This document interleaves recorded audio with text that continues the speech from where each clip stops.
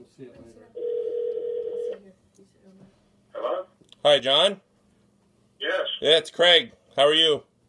Good. Just fine. How are you? Good. Hey, I'm sitting here with Grandpa. We got Grandma here, my mom Jackie, my dad Steve, and my uncle Brian. We're all going to listen in. Wow. So, like the gang's all there, huh? Yeah, we're all here. Grandpa's sitting here listening, so I guess we'll go ahead and get started. Okay, that'll be great. Now, does he go by Gerald or Jerry, or what does he like to be called? Gerald. Gerald. Okay. Where's that? I'm John. So, It went down. you know, like that. That's his end. He moved away from it. Sir? Are you there? Yes, sir, I'm here. Okay, yeah, the microphone seemed like it cut out a little bit. Okay. So, I guess... Go ahead, Dad. What do you want to know? everything. Okay. Well, Well, the first thing I wanted to do was to thank you for being my father's friend. yeah, well, I had a good friend in him. But did you want to hear what he started off as? We had got kicked off from a hill. Yes, sir. And we got back to where we came from, and we had to get some replacements. So they sent me back. Was the gunner on the machine gun. They sent me back to pick up guys to bring back up to the front, and we got back there. There was a whole bunch of guys sitting around bawling. Well, I didn't want any of them, so I picked out this John Fox, and he went with me, and I think I had 2 or 3 other guys, and we went back up to the front, and I don't know whether, did he ever say anything about the Sugarloaf Hill? I've heard about it and read about it, and he and my mother both talked about that Sugarloaf Hill was a major battle. Yeah. Well, we went over on it was part of the combat there, but we had to go back over on Half Moon Hill, and the army was supposed to be on the other ridge, and they never moved up with us, so we got strung up on that Sugarloaf Hill, on Half Moon Hill, and the Japs, they got behind us and shooting behind us, so we had to lay there all day, and the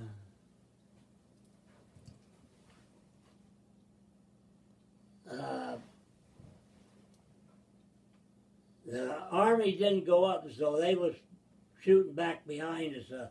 The Japs was on the other ridge, and Yes, so we had to, by dark, we had called in smoke to get out of there, back to where we came from. So then I went back and got those guys from well, there's 9 of us left, and according to this thing here, there was 13 of the infantry, and there's 9 of us machine gunners left, and then we went on, and then we got over, and we stopped at where the island narrowed, and we had to set up where the Japs couldn't come in behind us. So we sat there for a while, and it wasn't long that we got out of that. front line, and then we stayed there. They took us back to the Naha and put us in the old school building, and we stayed there for a couple of weeks. And then we went to Guam, and we went to Guam on a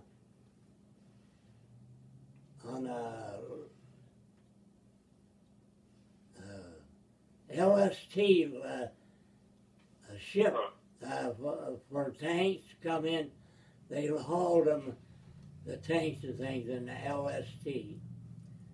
So we were supposed to stay at the bottom of that thing, but it leaked, and there were about 8 feet of water down in the tank deck, and we went back up went to China.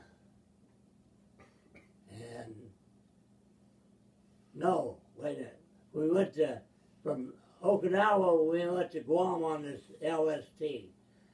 Then we stayed there for about 3 weeks, training to land on north of Tokyo. And so the war was over. They dropped the bombs and the war was over. So they took our gun and everything, and they shipped us over to Tsingtao, China. And we had to set up in a college there. And we stayed there for a year. And I knew your dad for about a year and 3 months. And me and him walked guard posts quite a few times. And he got telling me that if I ever come to see him, he would take us up to the Grand Ole Opry. But it's a good thing. We didn't ever go out there because he said he'd gone to Alabama. So closest we ever got down there was northern Arkansas. And I had a notion to go on over to Tennessee, which is pretty close to there. And we wouldn't have caught you, but anyway, I hadn't heard from him, whatever he had done. I didn't know his address or anything, but I don't know how much he was on Okinawa, but yeah, it was, well, yeah, wait a minute. We got on another hill and got kicked off. And there was, we'd gone back to the CP, and we come back up, and there was, guys told us that where we got kicked off from, there was a guy over there hollering. So he volunteered to go with me over there to get him.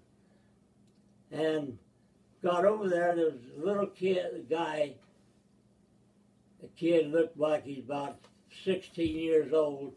I don't think he was supposed to be there. Anyway, we got over there, the Japanese was hitting this kid with his trenching tool. So we got rid of him, and John Fox, he picked this kid up and threw him over his shoulder and was taking him back out. And this kid had a live hand grenade, and he had his head over John's shoulder, and he gave me that live grenade. He didn't have the pin to it, and I threw it up over the wall into a cave. And those guys really thought that was great that I threw that grenade up there through that cave. But we did a lot of... The cave probably where some Japanese were, I guess. What? I say a lot of the Japanese were in caves, so maybe there was some Oh, Japanese yeah, in there that's... when it went off. We had to go from cave to cave. Like when we get kicked off from a place and go back the next day, they would be gone from there. So we went on. Then they kept. Well, I know they lost a lot of guys. You had to have coffee. I don't know where the heck they ever went to, but the 6th Division lost a lot of guys. And when I come home from China, that was in the fall, in late August. And how long did John stay in there?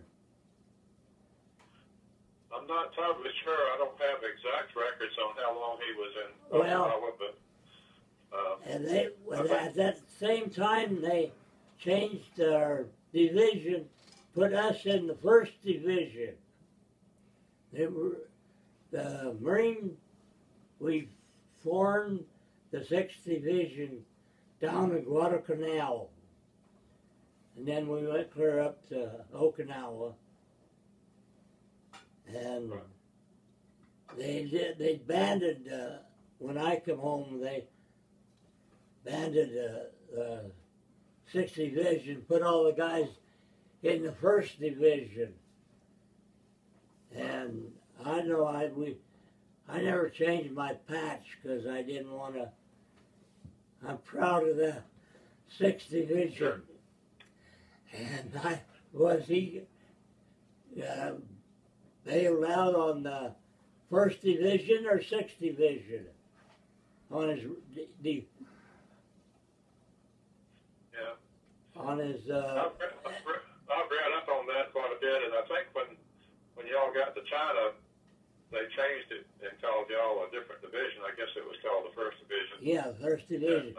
4th, we went into the 4th Regiment, 1st Division.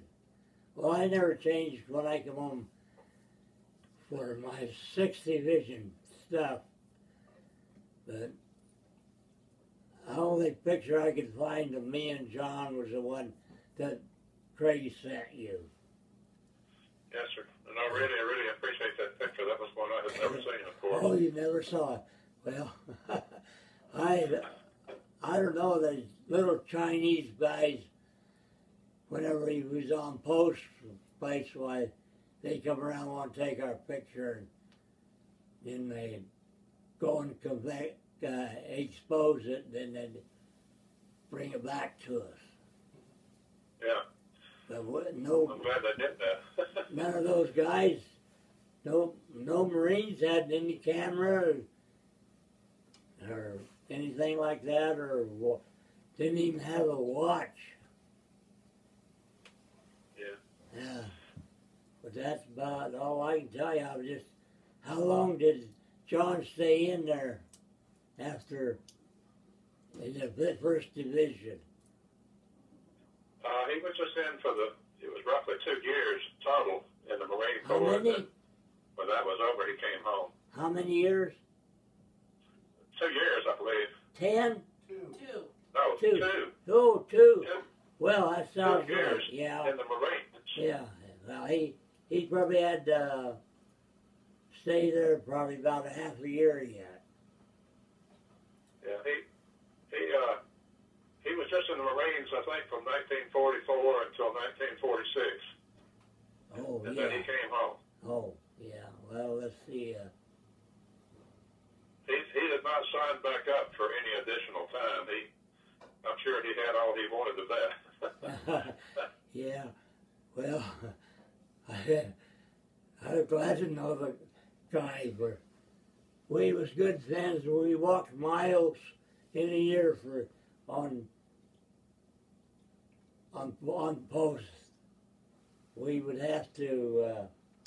We'd have a week on duty, and then we'd have a couple of weeks off, and they kept us busy all the time, and marching and close over drill and calisthenics. And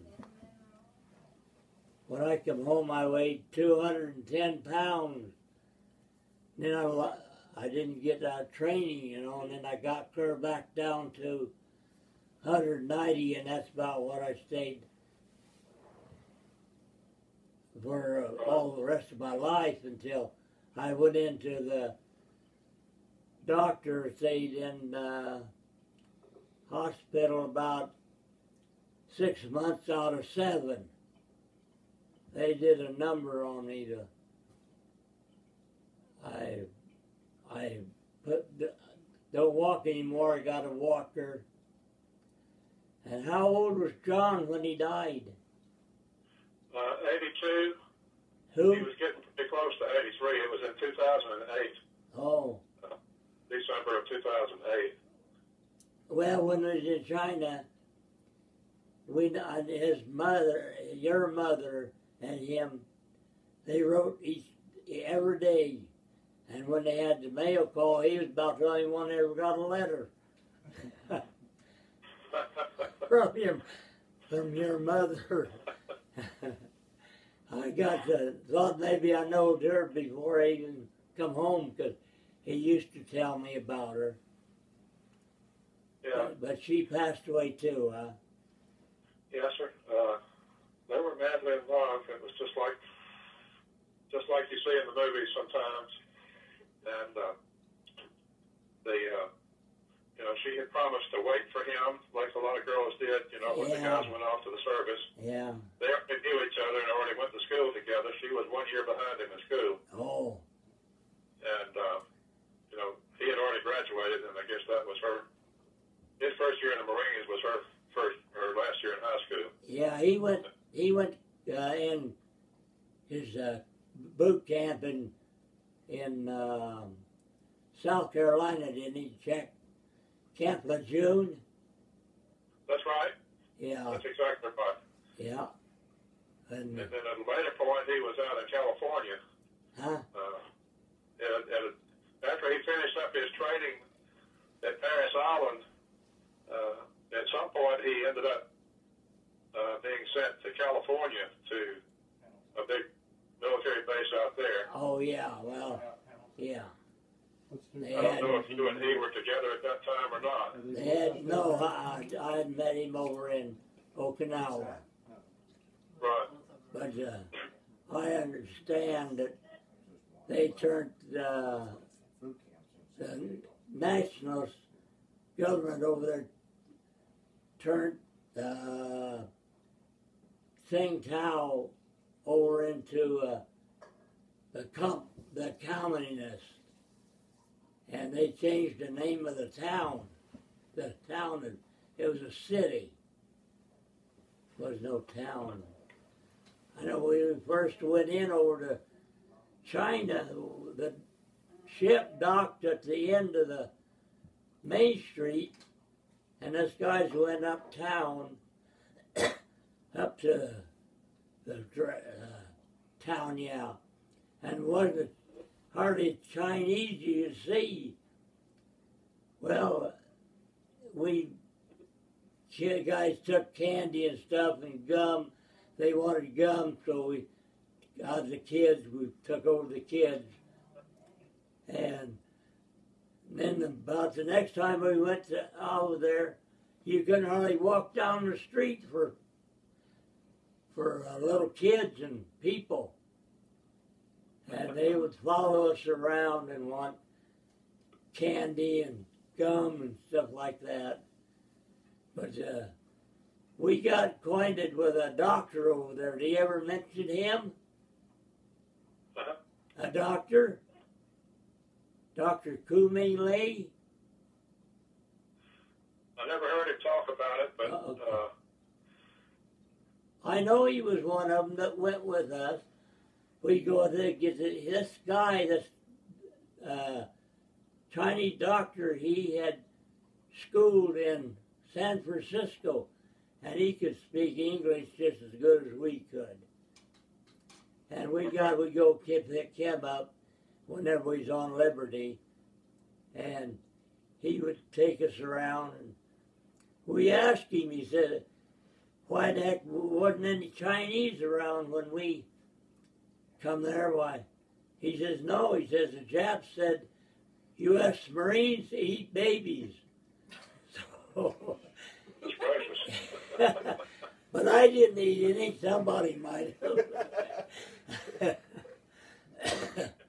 So there was a lot of propaganda that was told about the Marines to scare everyone.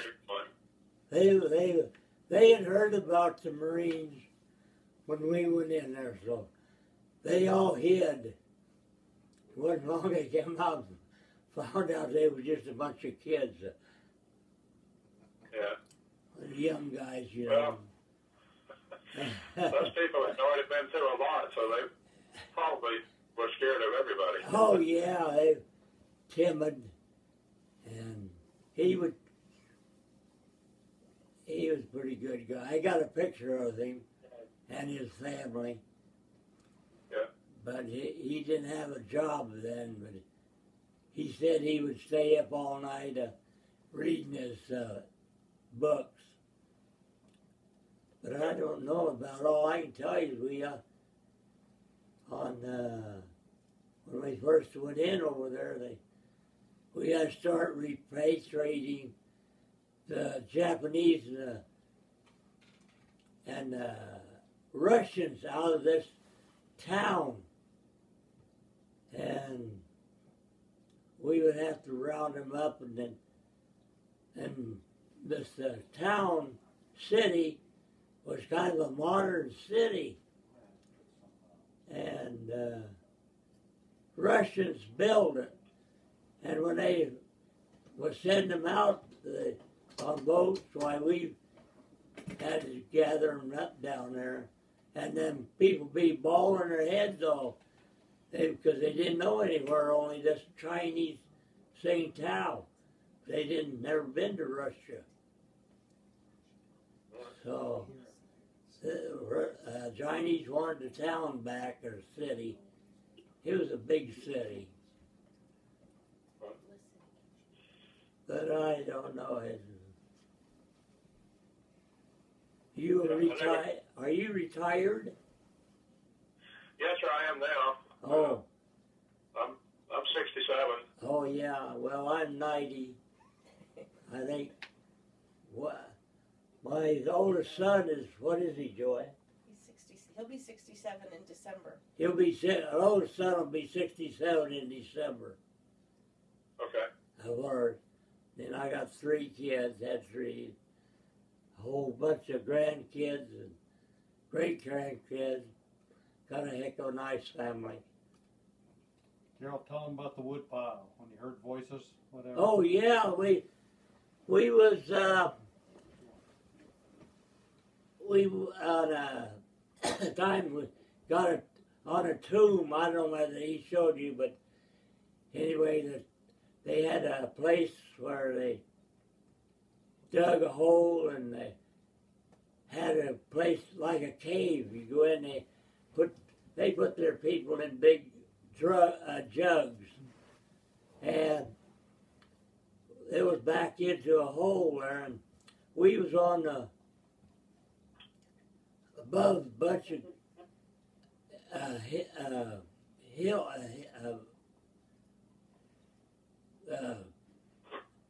not a hill, well, it was a hill, but anyway, down below there was a big pile of lumber. And we kept hearing Japanese talking. Finally, we found out they was down this wood pile, hiding. We went down and got them. Now that same deal, we always set our gun up, and then we'd get the hell away from it, because that's what they would zero in on.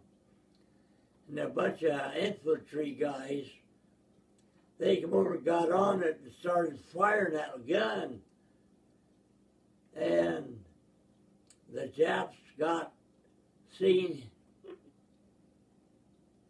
where it's coming from, and they got him and shot both the guys and ruined the gun and the binoculars. And that night we had to call for another gun. And it took us all night to clean the gun up so we could fire it, because it had some stuff on it like axle grease, and it's called that stuff they call cosmoline. yeah, cosmoline. How'd you know? I've just been around guns a little bit. Oh, and took us all night to clean that gun up. And we didn't let the infantry guys shoot our gun anymore. Yeah. But I get to where I don't remember things. But this service deal, that's tattooed on my brain, I guess. I couldn't tell you what I'd done 10 years ago. What about that building you went into and they made you evacuate and then they blew it up? Oh, yeah. Well, this wasn't when your dad was with us yet, but we all gone up to Mount Yataki. And we went in, the day before our platoon, we was the lead team. And that next day we went, another company had to be the point, and they got clear up into this valley. There was a road up through it, and there were Japs on each side of this valley, and they waited till a bunch of guys got up in the valley, and they started them and shooting at them, and we was in the end, and it started raining. And there was a sawmill down there that had it was a hay barn, like our hay barns. Right. And we all went in there when raining, and they come back and they told us to get out of there. Well, we got about 50 yards out of there, and they blew the thing all to hell. Wow. And then we went back. It rained all night, and we set up again on another ridge. And on our gun, we had, on the end, they always put the machine guns on each end of the platoon on a line. And we was on the end of on the hill, and it rained so much the water was running down the hill and running in our hole. Our foxhole. So we had to dig a line out to get the water out of our hole. That was fun. And then, I'll tell you another thing. There was one kid, he was from Grosse Pointe, Michigan. And I don't think he ever fired his rifle. Anyway, we get pinned down somewhere, and he was too dang lazy to dig a hole. Well, this one time when he was on this Half Moon Hill, we had dug our hole, and this kid hadn't dug any. So he come running up against us and laid on top, jumped in our hole, and he's laying on top of us, and he had a big butt. And he had 2 canteens on him.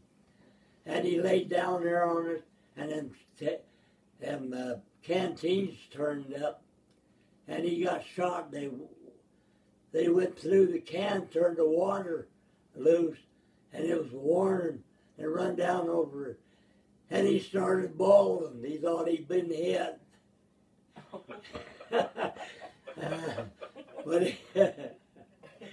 But anyway, we called out that ridge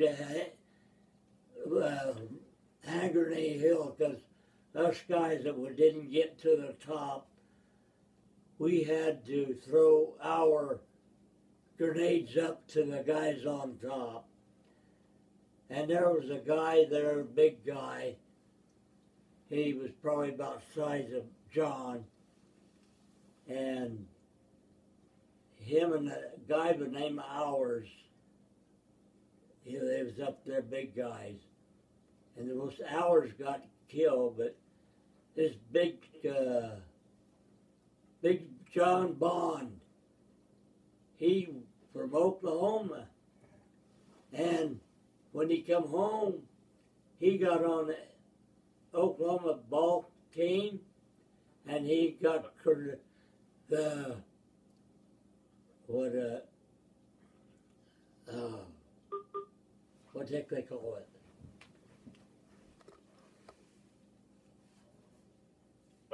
Congressional, not the Congressional Medal, it was Purple Heart? football. Oh. What do you call it? One of their best players. Oh. America. Yeah, what, in football? You mean like an All-Star or an All-American? Or? Yeah, All-American. Got an All-American deal. The big John Bond did. I looked at my book, and the Hours got killed, and the big John, he was John Bond. Tell them when the Army got bogged down, they bring you guys in to Oh run through the yeah, line. well, our platoon, our regiment, we went in as the team's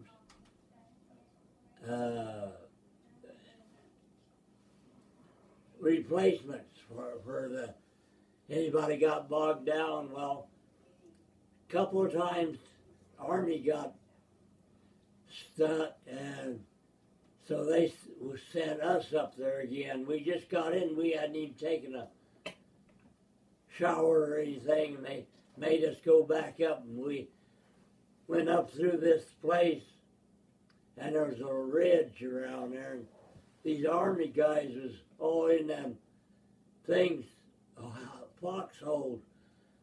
Well, we got in a line, and we run right through them and got in among the Japanese. You couldn't have a line like the Army fought in. You had to get right in among the guys and dig them out. And we threw grenades in their thing. Another time, we got into a hospital cave, and they dug it in, and on the side there was a sloping thing, road, and they had it covered. And we went over there, and there was 2 big barrels of ether there, about a 55-gallon barrel.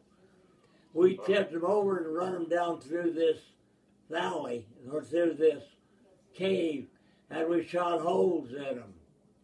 And this caught on fire, and the smoke would come up through the thing, through the hill, and we would run around, drop grenades down in these air holes. Pretty smart. Yeah, but then on the same deal, we there was a plane, land plane, and we set up about night. Yeah, I don't know if I ever told you about big bombs that they had. They was concussion bombs. We called them sea bags. Well, across this valley and across there, they was firing them just about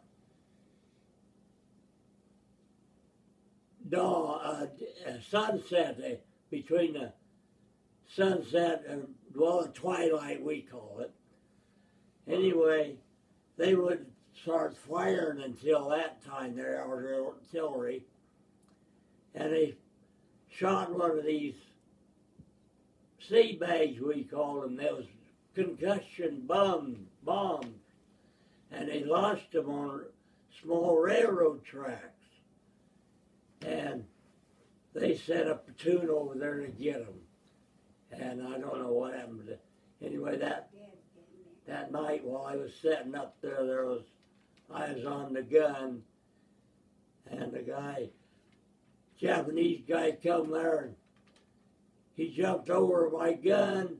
I was sitting in the shadow of a tree, and this Jap, he run down through there, and I started firing, and then the artillery started shooting up their flares, lighting it up, and then everybody started shooting down this valley. Wow. That was quite a time. I'm glad I didn't get hit. Me too. Was there some lady that was giving away your position? Huh? Was there some lady that was giving away your position? What? That lady that was giving away your position to the Japanese Oh, up in yeah. the mountains? Well, the first night that day we landed on that Yonton airfield. Stayed there. That night there was a Jap pilot come in with a zero. Well, dang, Marine went up and shot the pilot, but they got a whole zero plane, and then after that we went down around to looked like about 20 miles on foot, and we sat up there. And then another time, well, this is like going down to Mount Yataki. That's the first time we got bombed. We call that the initiation of fire. But When you ran onto those first Japanese prisoners, when you just got over there, they taken some prisoners and brought them back into your campsite. They had grenades. That one had a grenade. oh, anyway,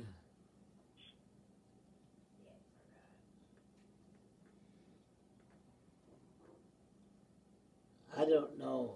We walked quite a ways around there to get Mount Yataki. Sounds like y'all had a lot of Oh really yeah, exciting well, experiences. yeah. The first night we sat up down there in a valley. And there was a little town there, and they was firing from Mount Yataki a big gun, cannon, and shells was landing in the ocean. Well, pretty soon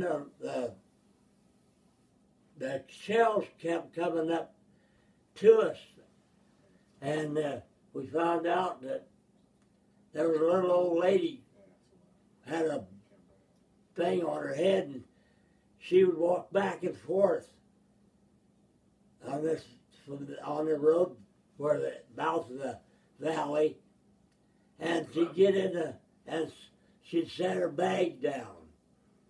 And then the artillery kept getting closer to us.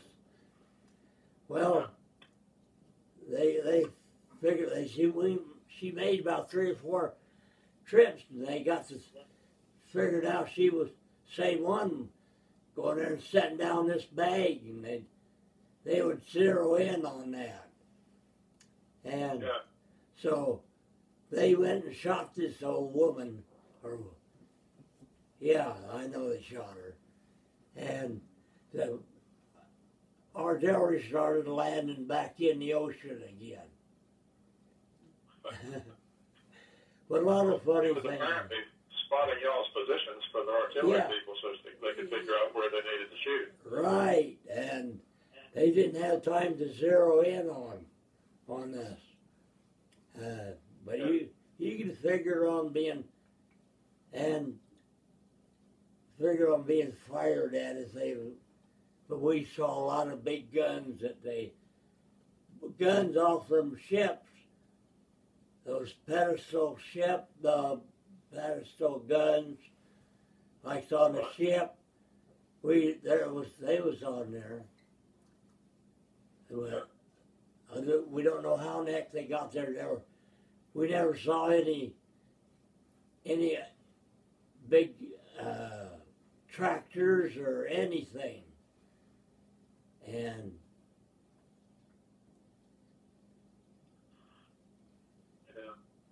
Well, the you know, research I've done, well, I saw that they spent a whole lot of time fortifying that island and digging all those tunnels and putting in all those guns and everything. well, they'd been done, you know, before. No Americans or anybody had been on Japanese territory. Right. All that time, those years, they had to dig these holes, caves and things. Right. You know, we was the first ones to land on Jap territory. It was this island, Okinawa, was a part of the mainland. Only it was a couple of, about like Hawaii is to the United States. Right. And I don't know. Well, a lot of the historians feel like that's where the Japanese made their last stand, so to speak. That was their big effort to keep from getting whipped. Yeah. Well, we was scheduled to land north of Tokyo, but those guys that went to Tokyo, they said that millions of guys would have got killed because they was really settled in, and they spent all this time digging these caves and things. But I read a thing in a book that the American engineers give those guys credit for these hospitals, these hills is all hollowed out in the caves. Right. Yeah, and when we got on top of that Mount Yataki, we sat down on one end for the night. And we could, all night long, we could hear grenades going off underneath, and these Japs was committing suicide. Wow. And about daylight, early in the morning, like it all stopped. They'd probably all dead because they blew the thing shut, the mouth shut, the hole, and then the ventilated holes, we would throw grenades in them, and they would throw, if they was too big, they'd throw dynamite, C2 packs in them and blow them up so they would run out of air. But you could always Probably count. pretty effective. Yeah, well, the island was so steep, and it was one hill, one right after another, straight up and down pretty near. And the valleys was the only thing tanks could come up. And the Japs would start in shooting at them, but these tanks would come up and they'd stop at our line and start firing. And that's one time that we found these Japs underneath this pile of wood. There was over there on the other ridge, there was a gun they roll in and out to fire it. Well, they called this tank up there to blow it up. Well, tanks shot a marking, a white phosphorus shell first for target. Well, they shot the target. The thing went clear through and exploded on the other side. Next shot they got it right in the middle of a cave that blew it off. Oh, a lot of things, a lot of new things come out of this World War II, this medicine and things. When I was, those guys that got shot in the stomach or something, they would know they was all done for.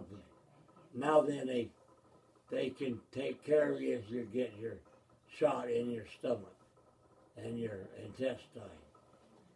But they didn't know anything about that before he was naturally dead. Yeah. So You probably had, there was so much time that would pass before you could get to a hospital. yeah, After you got started. yeah, well, yeah, they got him there too pretty fast, but I don't know.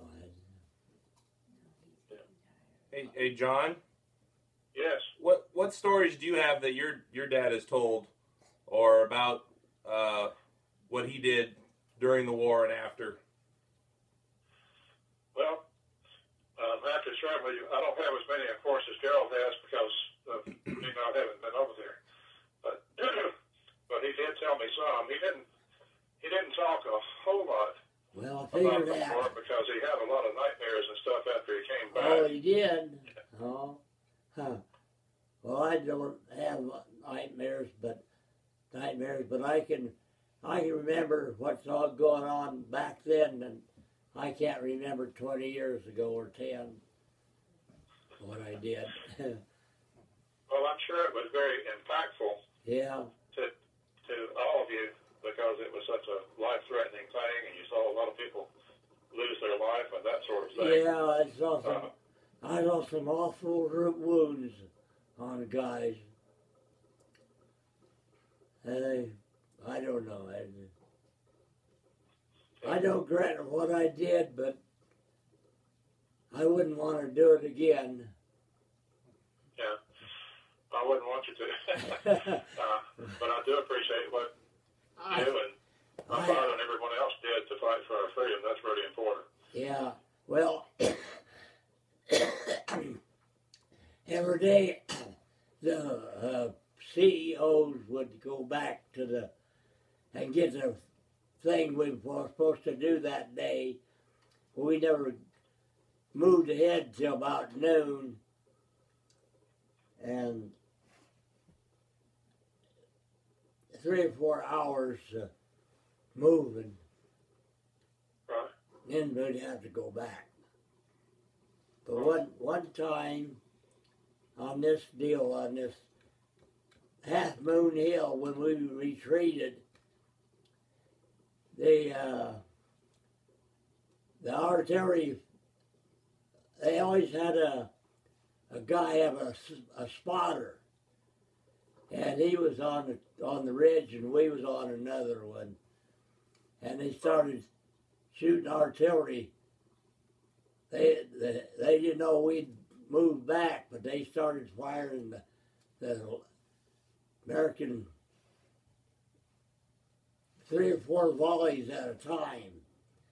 Well, they went down through the ridge with their volley, and he hit the command post, and he killed everybody who was in that. And they relieved us because we didn't have nobody. They said we called for replacements that night, and they told us to hold the line at all costs. Well, we really liked that. Had about 20 guys taking a line for whole company. And Right. and next day when they relieved us, I had to go back up, and with these guys, grave and registration. They come by and they wanted somebody to come up and show them where was that. Well, I took them up, or me and another guy, up to the ridge, and they started picking up bones and legs and things and putting them in a sack. I don't know how they could tell, but it was a mess. I'm sure.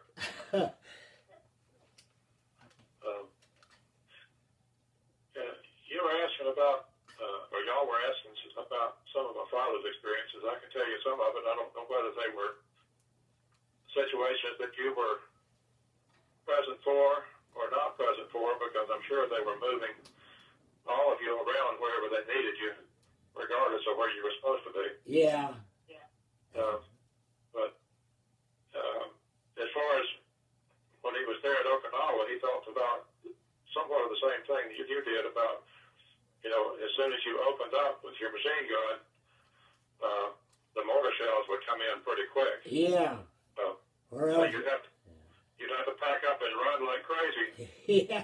The location, or else you would get killed. Yeah. I've had a lot of close calls.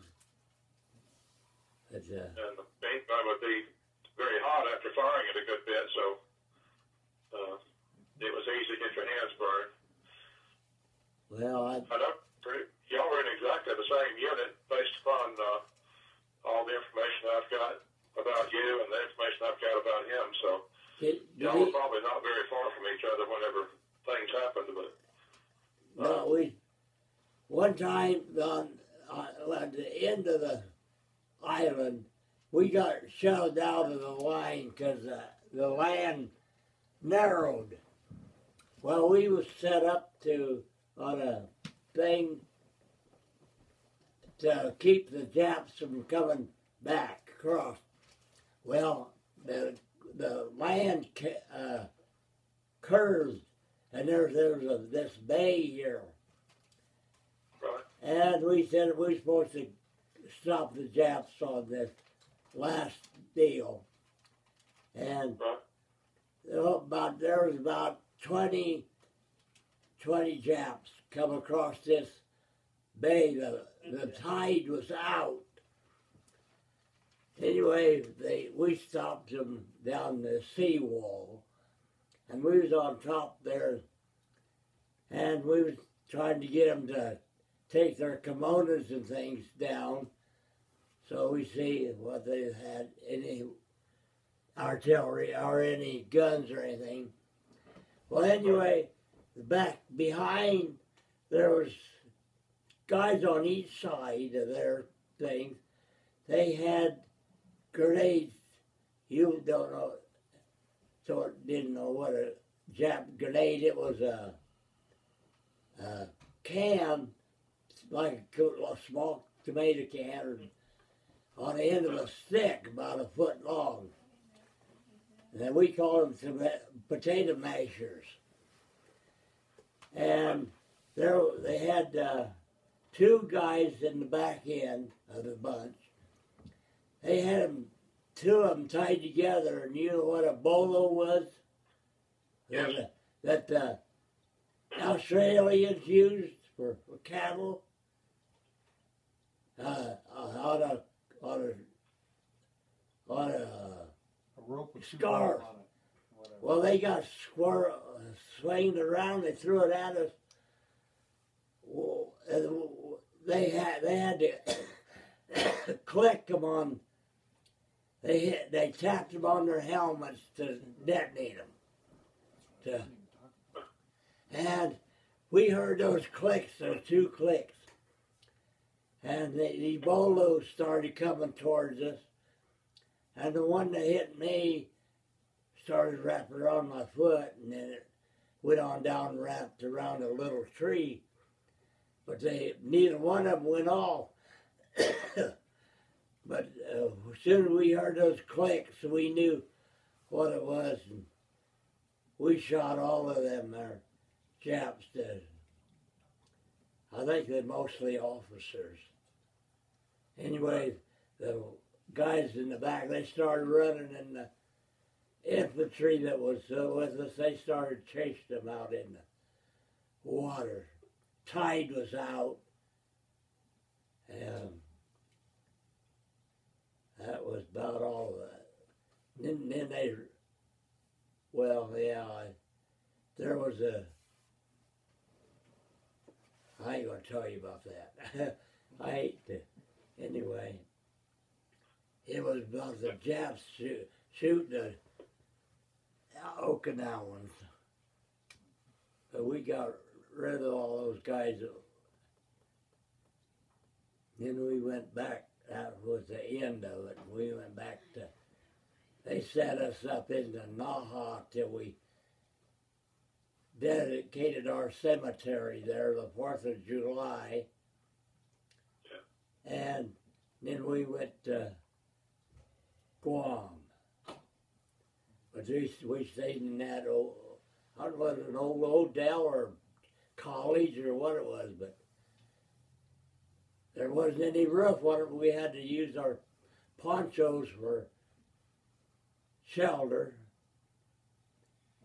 But they kept us all together. But I would like to see what it looks like over there. There's a bunch of guys that I've talked to, said that these new guys, they're over to Okinawa, the Naha, for, you know, they built the city back up again, and I'd like to see it, because it was a mess when I left out. We left out there. Right. I've seen some of those pictures from, you know, after all the fighting. Yeah. And I've seen that some of the pictures of how it looks now. And it's, you know, they obviously rebuilt it quite a bit, but I think there's still some museums and still some of the caves that you can look at and see what it might have been like. I'm sure it's nothing like it was when y'all were there, but at least it's something where you could better understand. Well, as your country is like ours, in our town here, in our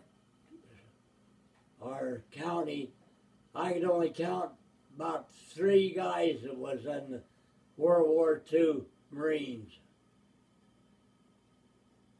Yeah.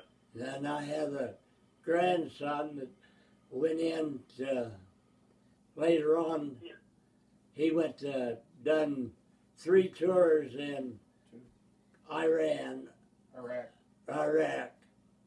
And I've been out to California, went out to his graduation, and went up to 6th Marine Division room that they had their 6th Marine Division stuff in there. Well, hanging up on the wall there was one of those machine guns that looks like a rotary gun, you know. Right. Like they like had a what? Like a Gatling gun? Yeah, like a Gatling gun. There it was hanging up in there. And I had given that to the lieutenant. I didn't want to carry it around, but we woke up that, it didn't happen on my thing, but on my stand. But in the morning when they looked over this little ridge there with that gun laying there, and they were heavy things, and it was hanging. And I tried to see the curator of that museum out there, and I couldn't find him. And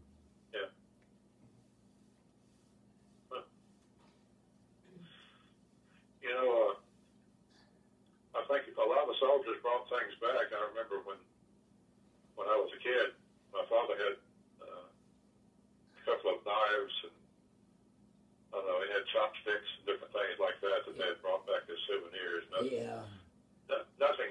valuable or important, just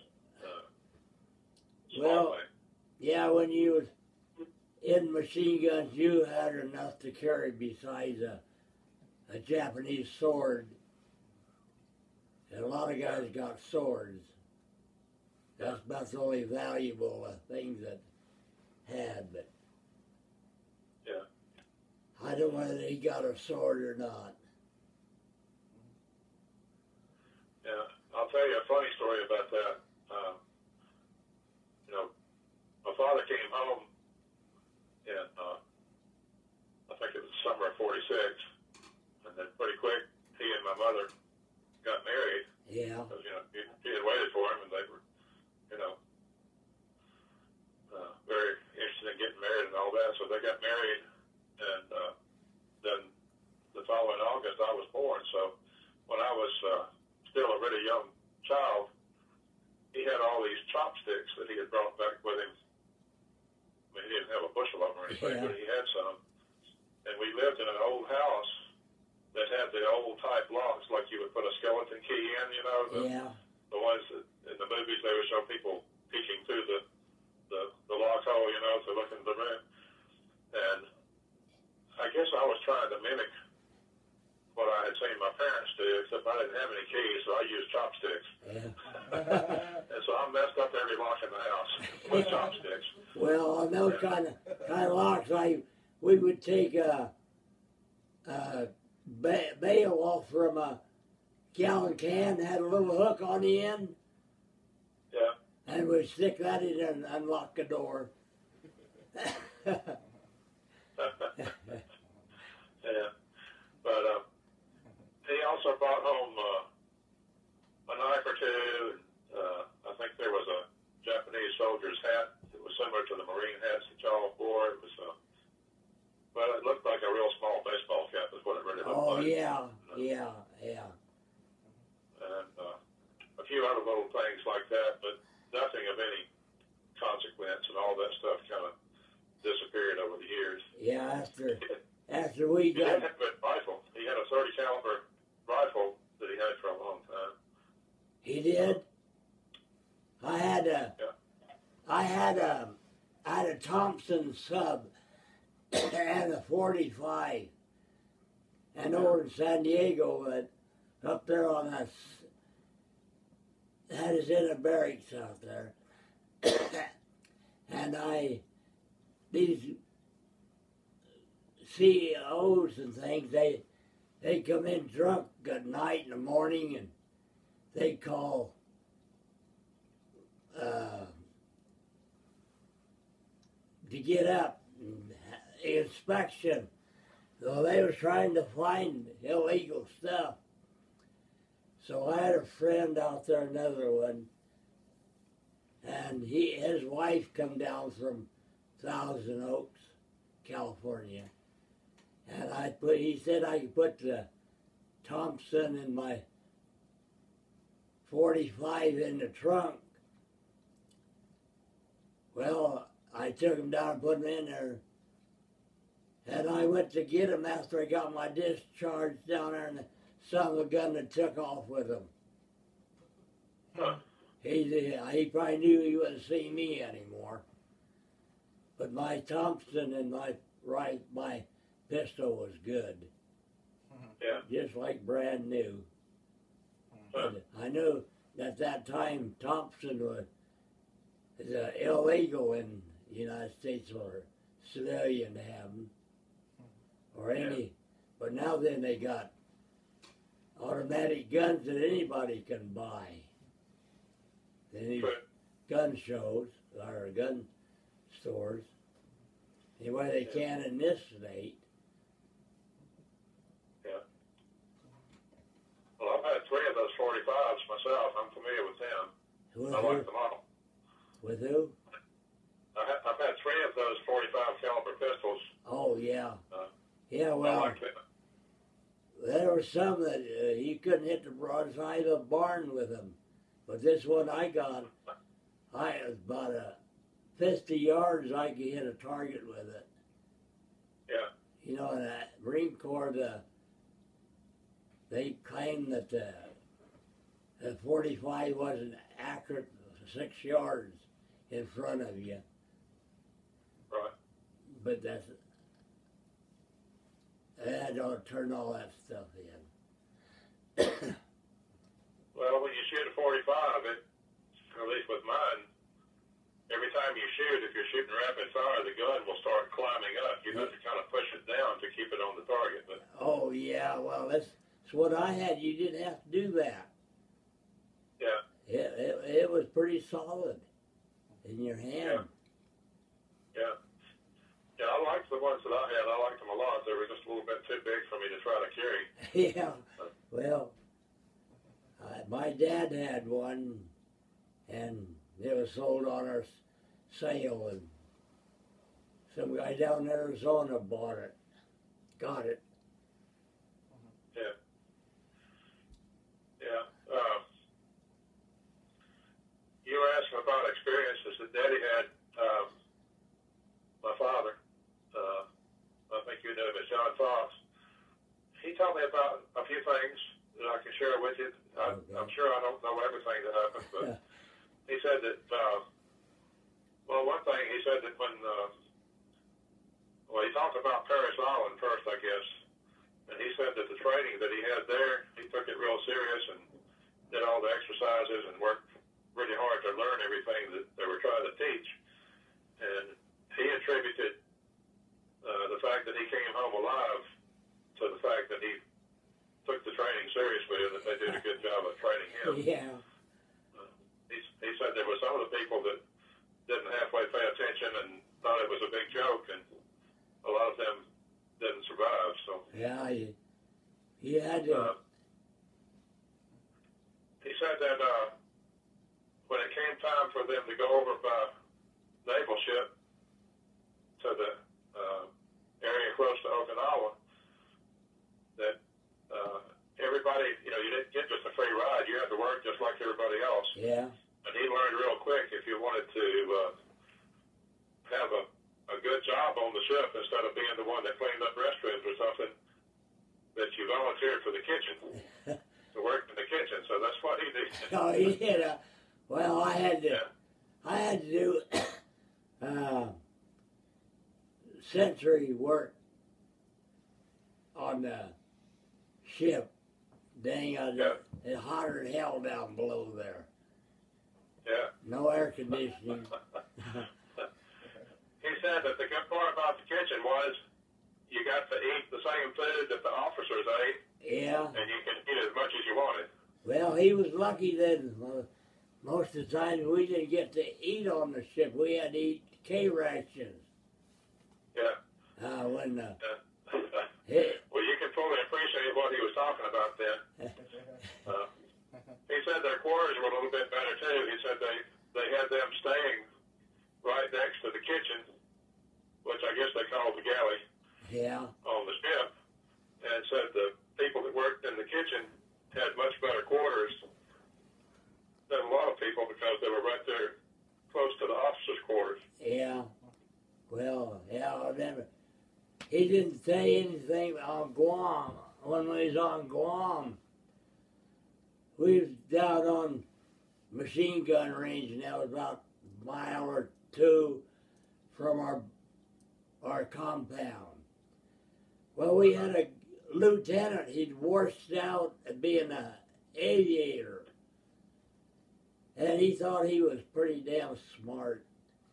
And on the way back, we was tired. These guys, ammunition carriers, they had to carry those cans of ammunition, and they weighed about 17 to 20 pounds, and you carry them a little ways, and your arms feel like you're going to come out of the sockets. Well, anyway, he started us out, and he's a double time. All he was carrying was a pistol. Well, he got tired of double timing. He told us slow down. And we didn't do it. We just kept right on running into the compound. Right. And he lined us up, and he gave us a working over a mouth and he was the boss and everything. He just happened to be right close to the lieutenant quarters there. Well, that's the last time we ever saw him. They threw him out of the. He wasn't our lieutenant anymore. He wouldn't. Wow. He didn't know machine gun from a slingshot.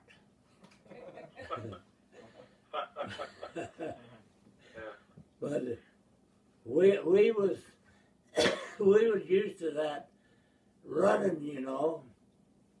Yeah. And he wasn't. He was a Air Force guy. Got washed out. Yeah. But he was from a. He'd been in college over in Iowa. Yeah. You got, how big a family do you have? Well, my parents ended up having 5 children. They did. I was the oldest. I am the oldest of 5 children. There was myself, 1 brother, and 3 sisters, and they're all still alive and well. And Oh yeah. Most of them have grandchildren now, or a lot of them do. So it's a pretty good sized family. Yeah. Well, And then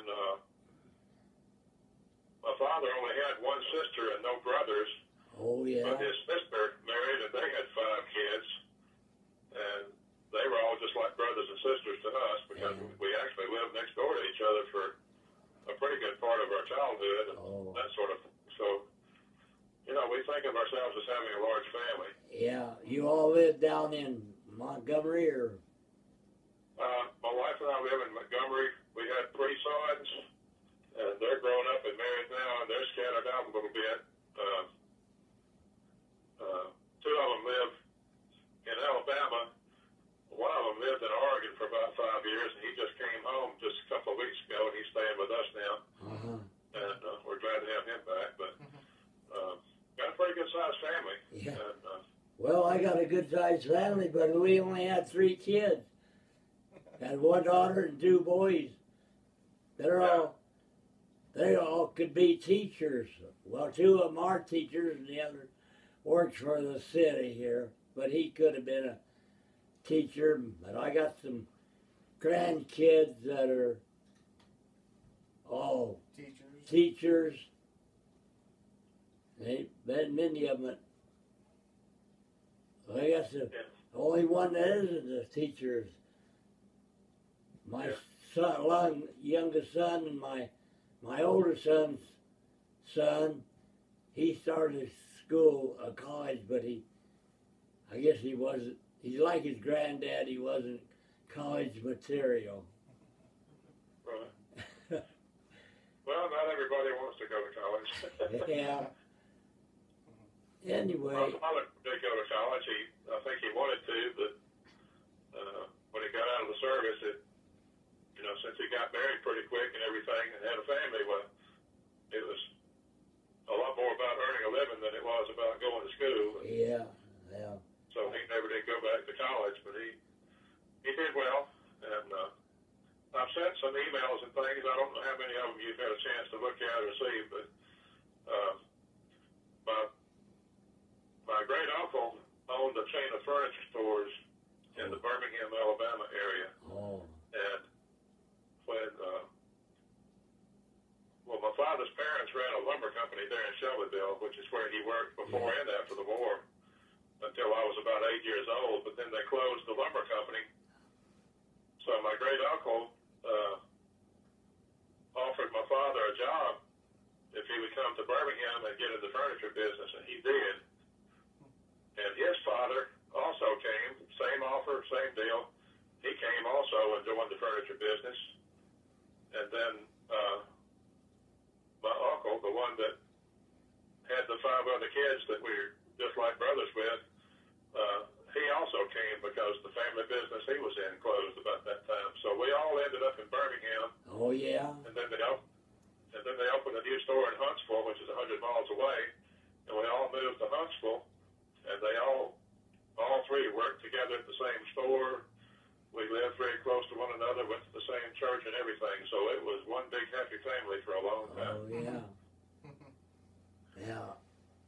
He always told me, he said, you come out and visit me, I'll take you up to Grand Ole Opry. Well, wait, Grand Ole Opry is now, I don't care where I see it.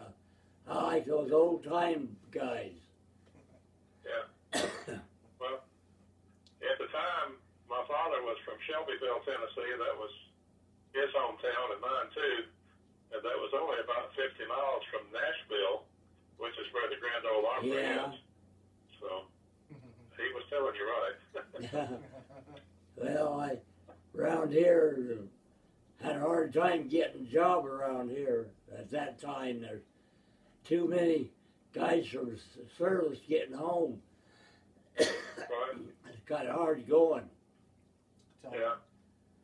But I'm only 90 years old, so Yeah. I hope I got a lot of time yet. I hope so too. It sounds like you're not slowing up at all. But I don't feel like it. Well, and doctors done a job on me. Yeah. But I think, I saw a lot of the pictures that your grandson was nice enough to share with me, that Craig sent. yeah, And I saw a lot of stuff about the stadium at the ball game where they honored you and some other soldiers, and that's great. yeah, man. I was on one of those honor flights to Washington, D.C. Right. You heard of them? The I'm honor familiar flight. with that. Huh?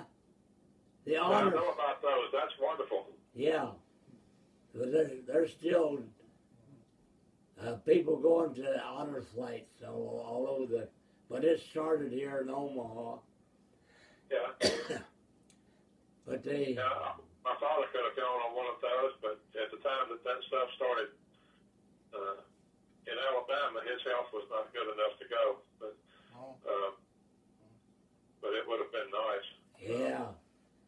I'm glad that you had that opportunity. Craig said that it was kind of a whirlwind day that they, I guess it was all in one day, and you all went to a whole lot of places. Yeah. Be quick. But didn't stay long at any place.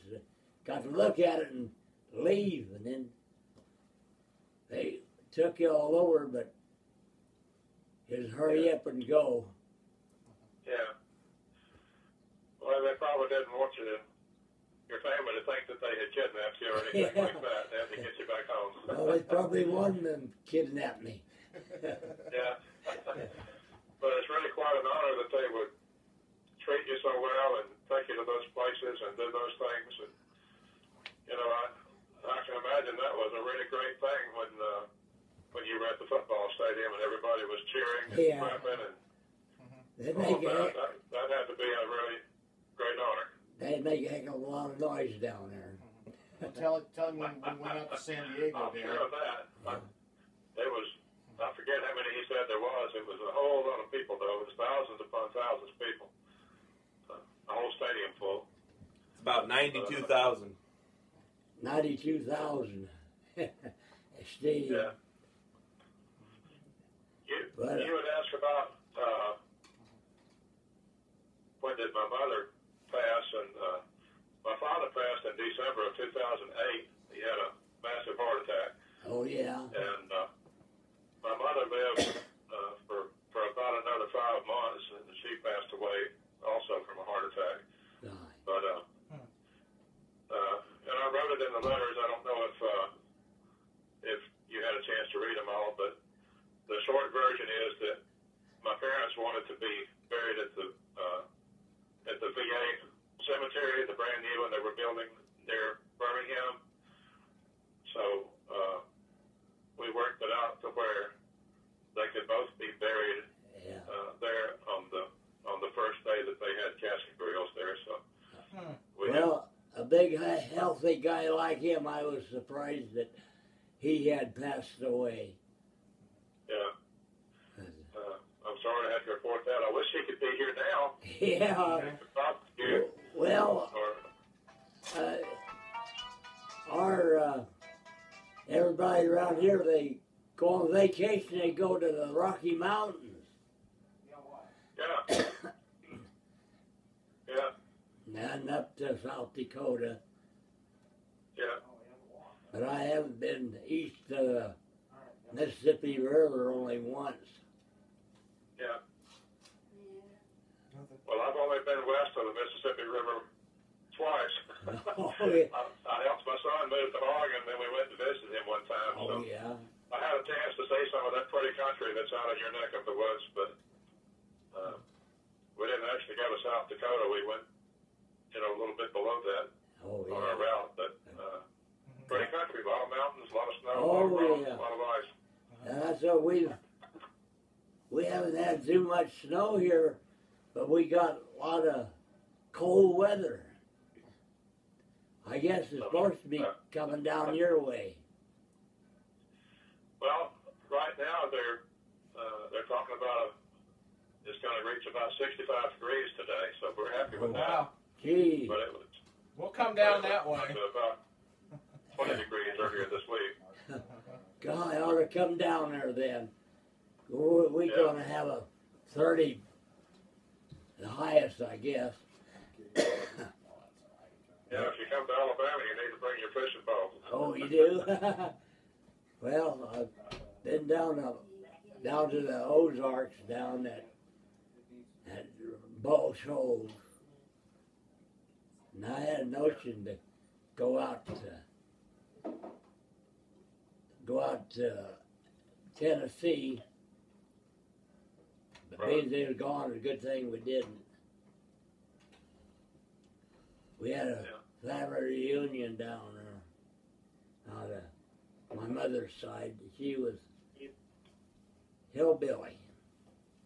Yeah. Yeah.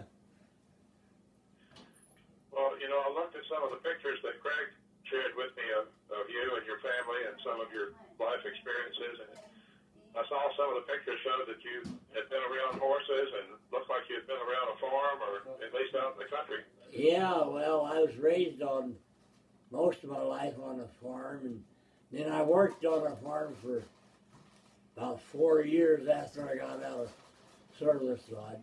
But I decided I didn't want to work for farmers anymore. Yeah.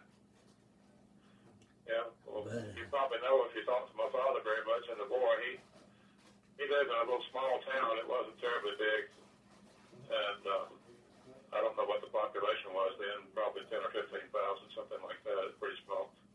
And he had a grandfather that had a farm nearby that he spent a lot of time on. He had ponies and horses and things like that at a young age. So y'all had very similar backgrounds, so it's no surprise that y'all became friends. You say 10,000 people, small town, you ought to come to this town. It's only about 2,000. Small town. We're about 45 miles north of Omaha. About 45 miles north of Omaha. Okay. But it don't take long to get there anymore. Used to be when I was a kid, the folks had to plan a week for a trip to Omaha. God, I had some uncles down there. Yeah. But When y'all were on that ship going towards Okinawa, did they ever end up putting you on duty with anti-aircraft guns? no, no, that's a different bunch of Marines Yeah. that they put on seagoing Marines. Yeah, Daddy said that, I guess because of his training with machine guns, they put him on assignment on an anti-aircraft gun, but it was just a temporary thing. What it was like if they got called to battle stations, that he was supposed to go to the gun first, but he was only supposed to stay there until the Navy person that's really supposed to be there came, and then they would relieve him.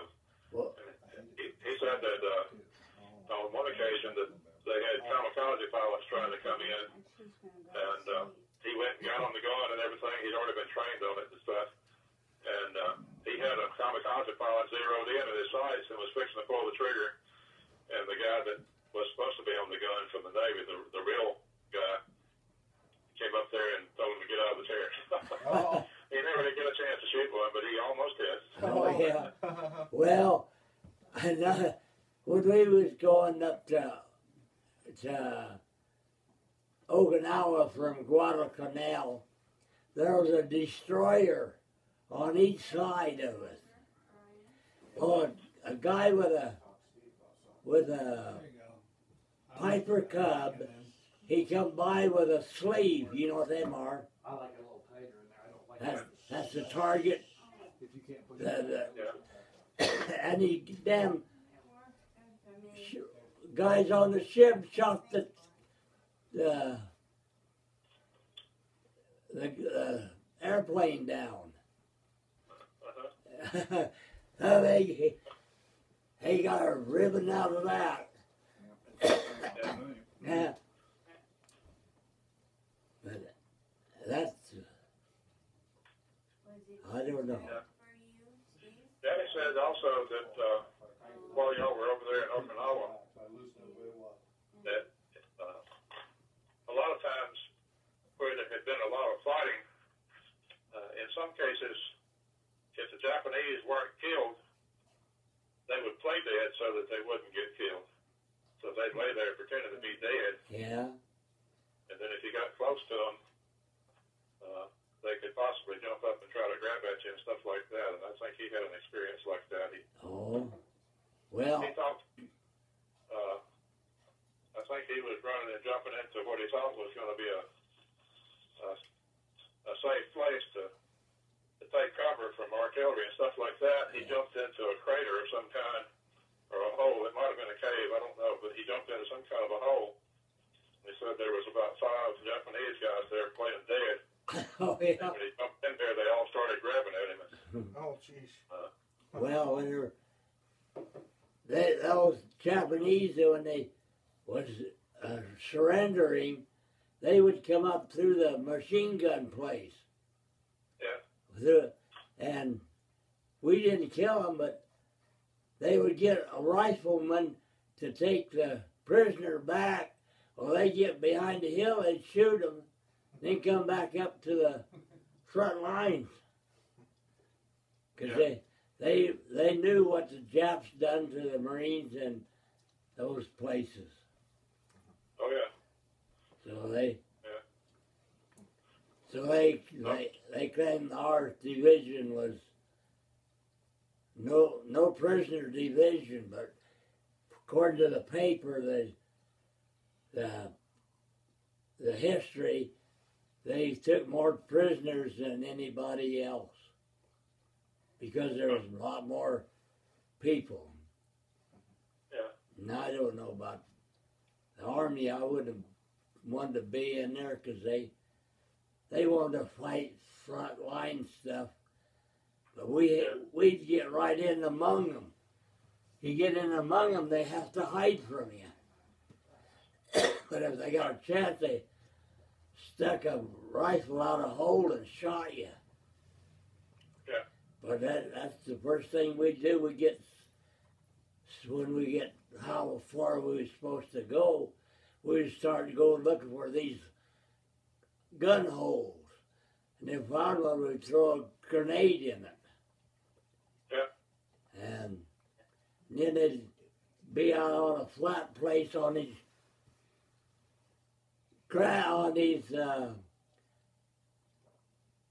rice paddies. They would dig down and they'd put hay over it. Well, you ever notice the hay moving? Why, it'd get full of bullets. They would be in those Japanese. They didn't need a hole about 2 feet around, and they dig straight down so they stand up.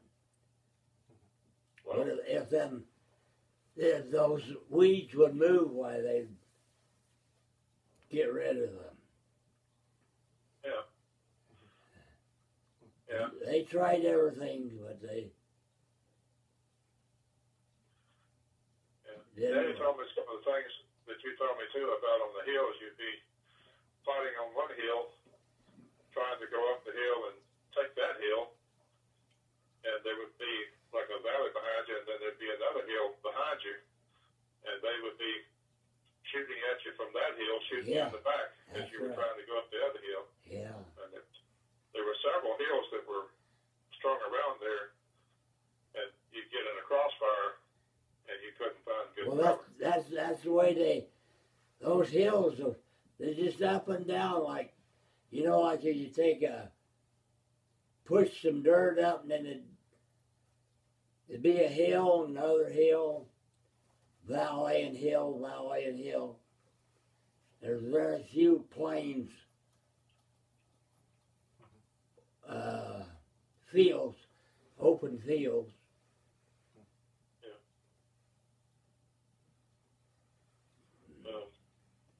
Well, I really am glad both of y'all made it back alive, because a lot of people did not. Oh Or, yeah, yeah. Y'all did a good job. I read. Did he get a 6th Division book? He did, yes, sir. He got one, Yeah. and he had that for a pretty good fall, and then I don't know what happened to it, so I got another one for him in much more recent years, and he enjoyed that. I also got some videotapes that were available that were taken actually on Okinawa Yeah. during the war, I guess by military people. Well, And they all of them not all of them. They was in the headquarters company. And they was supposed to be reporters and things. right, When we went up to on top of Mount Yataki, the top of the hill, top of the mountain was all bare. They cut all the trees down. Well, we would, 4th Regiment and us, 29th, and the 22nd was on the other side. Well, the 4th Regiment come down the top, we come up one side, and the 22nd on the other side. right, And that photographer that he talked to us, he come talk to us when we set up our gun and for the night. And he said it looked like a moving picture show, like was all these guys running from across that to get to the top. Said it looked like a movie. wrong. So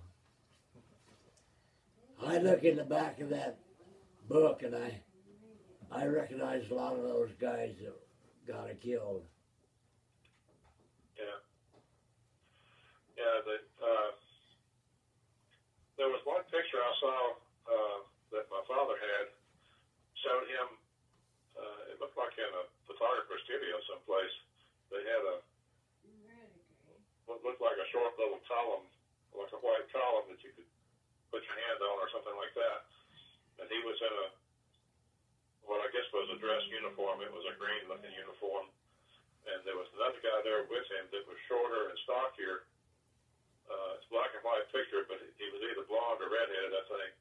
And the only thing that I had to go by, he referred to the other guy as being named or nicknamed Jug, like a jug of milk. Yeah. I don't know if you knew somebody named Jug or not. No, he probably come in with a bunch of replaced us in China. Yeah, it looked, I feel pretty sure that would have been in China. I mean, there wasn't any photography studios in Okinawa. Not that we're hoping for business, I don't think. If he was Chucky, he was out, not in that outfit I was in. We had this kid that John picked up over there that time. He was literally, he might have been 18, but I think he's probably about 16 or 15. Anyway, we called him Little Kid. Yeah. I don't know how he got through down at Guadalcanal because they had their folks had told the real age these guys lied about getting into the Marine Corps. Well, they took them out, and then there was another kid in our tent. His dad was the governor of South Dakota, and he didn't have to go on it in the combat. Yeah. So there was politics in this deal. Yeah, politics are everywhere. Yeah. So Were you in on the beach landing that was made at Okinawa? on what? Were you included in the beach landing Yeah. at Okinawa? Yeah, we was about, I don't know, we wasn't the first ones in. Yeah. But I remember that night, the day before, you'd only seen our ship and those two destroyers. Yeah. Well, that night, the thing, and when we woke up in the morning, got daylight, only thing we could see was ships all over it. And Yeah. we got got up at 3 o'clock in the morning, get our beans, and then we loaded onto them LSTs. Yeah. Or not LST, landing boat. I think Patty called them Higgins boats or something like that. Yeah, LCIs we got, landing ship infantry. Landing craft infantry. Well, we went out there, we had to go around the circle for quite a while, but we had to go down the net, you know, the cargo net. And we went in daylight. The first wave, second wave went in, no opposition, and we went in, and the tide went back out. So that was after the moon went down. So we had to wade about waist deep in water, and the Air Force had bombed that beach where we used to, and this coral had holes in it. Be a kid go along beside you, he'd disappear. He'd have so damn much stuff on him, and he always carry a lot of ammunition and your stuff, pack and everything. Well, they'd disappear. You'd have to get them out. It'd be a bomb hole out underneath. At that time that we was in, we had to run in on that waist deep water. Yeah. But we stayed on that airstrip for that night. I'll tell you about the Jap plane that come in, the guy shot him. Yeah. That, you think you and my father possibly were on the same landing boat, or maybe different boats? No, he didn't come in till about half. We was about half done. I don't think he come in on the Mount Yataki deal or the northern half. Yeah. I think he got in there on the south half. Yeah. But if he probably come into the outfit when around that Sugarloaf Hill deal. Yeah. But we made another landing from Naha. We went around and landed again around there, and then the road there was all mined, and we couldn't go on it until the mines disposer guy dug up the mines that the Japs had set. You could tell them because there's a yellow plastic thing that stuck up above the ground, and it was filled with acid, and if that got broke, why acid heat down through there and exploded landmine. And that's what was on our way up to that Sugarloaf Hill deal. That was about the main deal, and in that Okinawa campaign. Sugarloaf Hill, Half Moon Hill, then that, what we call Death Valley up north. But So, were you and my father both fighting at Sugarloaf? I don't know. Yeah, I was the one that went back and got him and brought him up to the front line. Yeah. He come in as replacement. Of course, Marines, tell you one thing about Marines. The Marines never went in on an enemy, walk on enemy territory till they went into, no, not Japan. 4th Marine Regiment. They had to land like, yeah, they had to land. And they said there's just a whole bunch of Japs, civilians watching them come in. Yeah. 4th Regiment, they said they sent them in there because they lost the whole 4th Regiment at I think Guam. One of the islands they lost the whole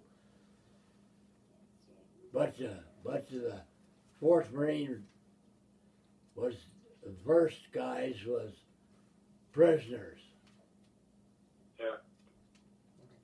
But they said Marines never landed on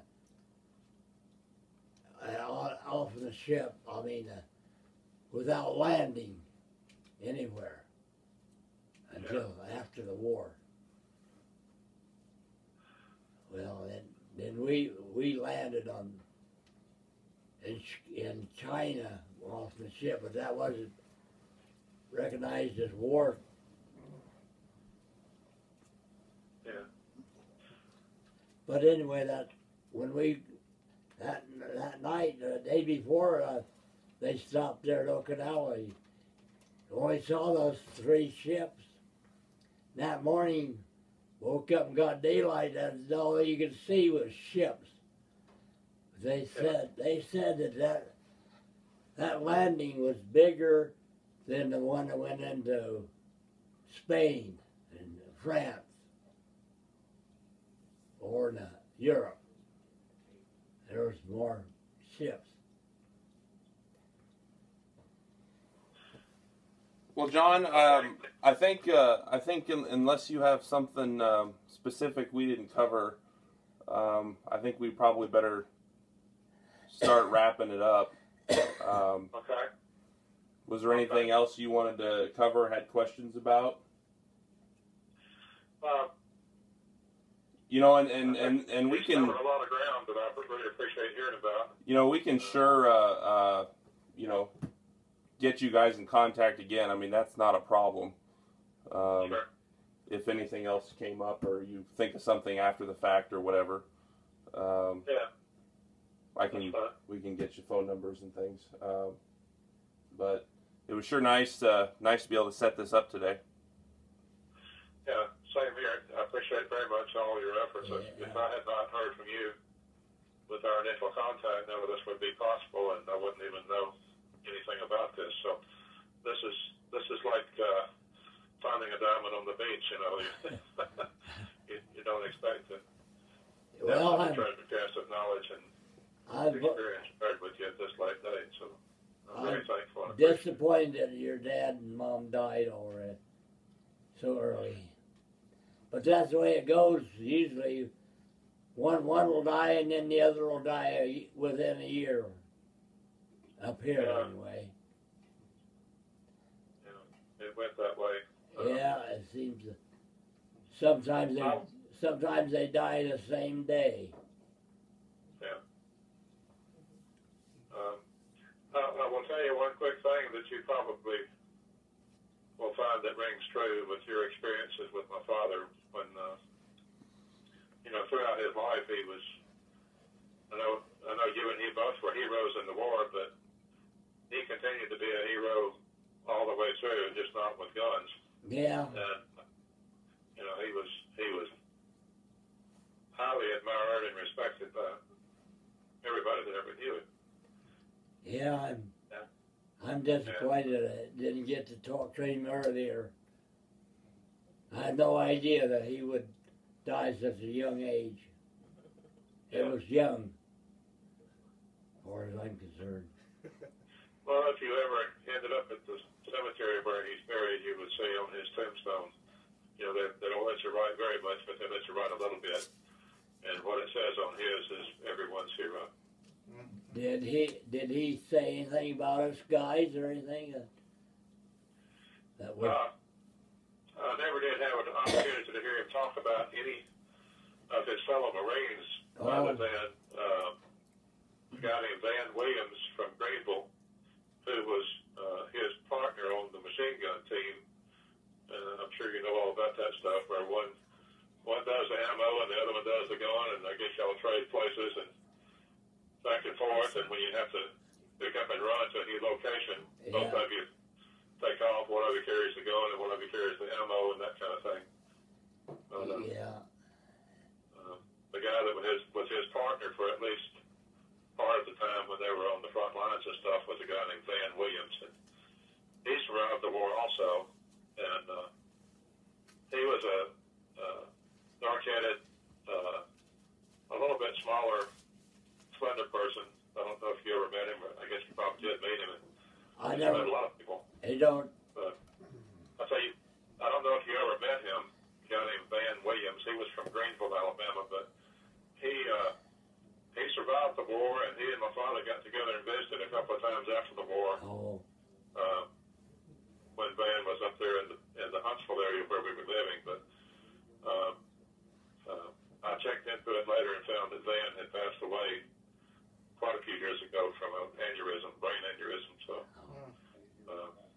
he's no longer around. But, well, I have a lot of friends down in that southwest United States, because most of the guys I was with was either Georgia or Alabama, Mobile, Alabama, and Tennessee, and a few guys from, well, there was a guy from, a couple of them from New York, Chicago.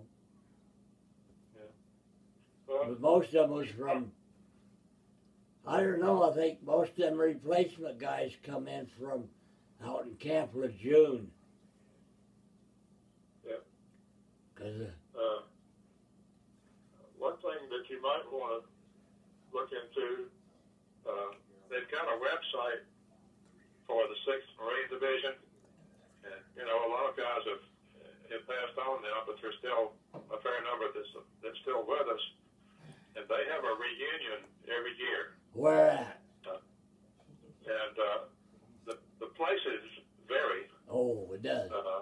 I know. But they're going to have one, you know, this year, 2015. I don't think they had announced where yet, but they've had it at different places on different occasions, and it may be something you would want to look into or at least read about. And they also have a kind of a newsletter, Facebook page type thing that you may have interest in.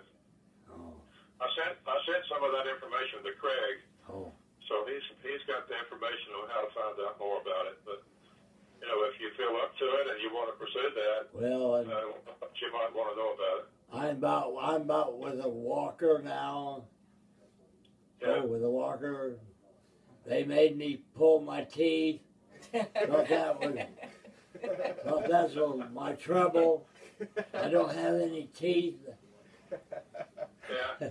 My legs swell up. I take about a bushel of pills a day. But he's still an honorary Marine now. Well, be careful when you go to the doctor. Those pretty nurses like Marines quite a bit. They might snatch you up and take you away. Well, I think I was a guinea pig, but they had a guy with good insurance. Yeah. They had a guinea pig and they practiced on me. Yeah. Yeah. I guess they figure you've been through so much, it won't hurt a little bit more for them to practice on you. Well, they said I was a good patient down there. I never asked for anything or never complained. Yeah. Well, I'm really glad that we had an opportunity to get together and to talk today, and I appreciate all the very strong efforts that your family has put together to honor you and to also contact me so we can have this conversation today. And you're welcome to call me anytime about anything. Okay. I'll leave the numbers and stuff, John, and then that way, you know, you guys can do this, you know, whenever it's available. Yeah. But I mentioned it quite a few times in letters that Craig and I swapped back and forth, you know, the emails and stuff, but I want you to know how much I appreciate your service to our country, and how much I appreciate you being a friend to my father. Well, because it may be that, you know, certain things about that friendship may have a lot to do with why both of you came home alive. So yeah. I just wanted to tell you thanks. Yeah, kind of watch out for each other and not take any chances. It got to where I hated to go up to the front line, you know, every day, and didn't know when your time was coming. Yeah. Well, y'all went through a whole lot so that people like us could be free today, and we just want to let you know how much we appreciate it. Yeah. And a lot of people today don't really understand or appreciate what y'all went through. Well, about all the guys I knew, they go by alphabetic order, you know, and our machine guns printed all the guys, the last names was W in it. And they probably got the last pick of the guys, but I got my pick up when I got John. Yeah. I know he was. You guys were obviously among the bravest people in the war, because being a machine gunner is an interesting thing because you got so much firepower, but it's also a very deadly assignment. The life expectancy for machine gunners is not very high, so. Well, yeah, the machine gunner's life wasn't worth a dang. Right. Cause that's what good that y'all looked out for each other. That's what they zeroed in on. Whenever if you ever started firing them, just like that bunch of riflemen that started firing on that deal. Yeah. I hated it, but there ain't nothing I can do. Yeah. Well, y'all did a great job of defending our freedom and preserving freedom for all that enjoy it now. So. Yeah. And I'm sure the Okinawans and the Chinese people appreciate everything you did that makes their lives better too. Yeah. I think the Communist Party even changed it a little bit. Yeah. All right, John. Well, thanks a lot. I'll be in touch with you next week. That'd be great. Thanks again very much. And we for can all to make this possible. And we'd like to thank you and your dad. And I guess we'll go from there then. Okay. All right then. Well, glad to Take care of yourself, Gerald, and watch out for those pretty nurses. Yeah. Thanks a lot for talking to us. Yeah. All right. You take care. Okay. Yeah, you too. Goodbye. Thanks, John. Appreciate it. Yeah, appreciate it. Bye-bye.